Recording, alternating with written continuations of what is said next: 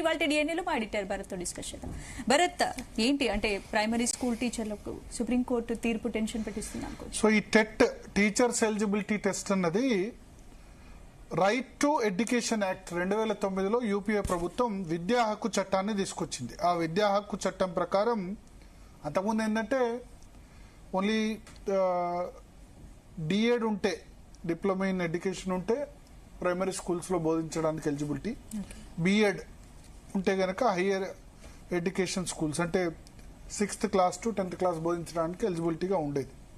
అయితే అది చేసినా సరే మళ్ళీ టెట్లో క్వాలిఫై కావాలన్నది విద్యా హక్కు చట్టం తర్వాత తీసుకొచ్చారు.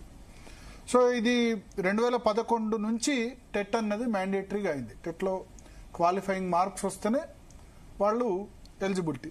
దానిలో కూడా మినహాయింపు ఇచ్చారు. జనరల్ కేటగిరీకి అయితే ఇన్ని మార్క్స్, ఆ తర్వాత బీసీలకు ఇంత, ఎస్సీ ఎస్టీ వికలాంగులకు ఇంత పర్సంటేజ్ క్వాలిఫికేషన్ సంబంధించి కూడా క్లారిటీగా ఇచ్చారు. సో ఇప్పుడు ఏం చేశారంటే మొన్న సుప్రీంకోర్టు గైడ్ లైన్ ప్రకారం పాత పద్ధతిలో అంటే 2011 జూలైకి ముందు రిక్రూట్ అయిన టీచర్లకు కూడా టెట్ క్వాలిఫైయింగ్ కంపల్సరీ చేస్తూ చెప్పారు. ఏంటి 16 ఏళ్ల క్రితం టీచర్లు అయిన వాళ్ళు కూడా టెట్ పాస్ కావాల్సింది, అంతకు ముందు అయిన వాళ్ళు కూడా పాస్ కావాలి. 2011 తర్వాత ఉన్న వాళ్ళందరూ కూడా టెట్ ద్వారా టీచర్లుగా ఎంపికైన వాళ్ళే 2011 తర్వాత. కానీ దాన్ని ఇప్పుడు పాత ఆల్రెడీ 15-20 సంవత్సరాలుగా బోధిస్తున్న వాళ్ళని తీసుకొచ్చి నువ్వు ఇప్పుడు టెట్ ఎగ్జామ్ రాయి, దాని క్వాలిఫై అయితేనే మీ ఉద్యోగాలు ఉంటాయి లేకపోతే లేదు అంటే అది ఎట్లా వర్తిస్తుంది? వాళ్ళు ఆల్రెడీ అన్ని నిబంధనల ప్రకారం ఉద్యోగాలు పొంది వాళ్ళు ఆల్రెడీ 20 సంవత్సరాలుగా బోధిస్తున్నారు కదా. 20 years ఆల్రెడీ 16-17 years ఎక్స్పీరియన్స్ ప్రతి ఒక్కళ్ళకు ఉంది.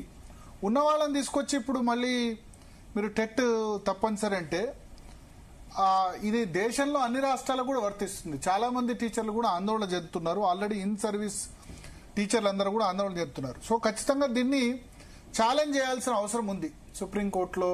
మళ్ళీ రివ్యూ. ఇప్పుడు దేశవ్యాప్తంగా ఉపాధ్యాయులందరికీ ఒకే రకమైన విద్యార్థులు ప్రమాణాలు ఉండాలని విద్యా హక్కు చట్టంలో సెక్షన్ 23 స్పష్టం చేస్తోంది కదా. మరి ఏంటి ఇన్నేళ్లు దీన్ని అమలు విషయంలో అధికారులు ఉదాసీనంగా వ్యవహరించాలనుకోవచ్చు? సో మనతో పాటు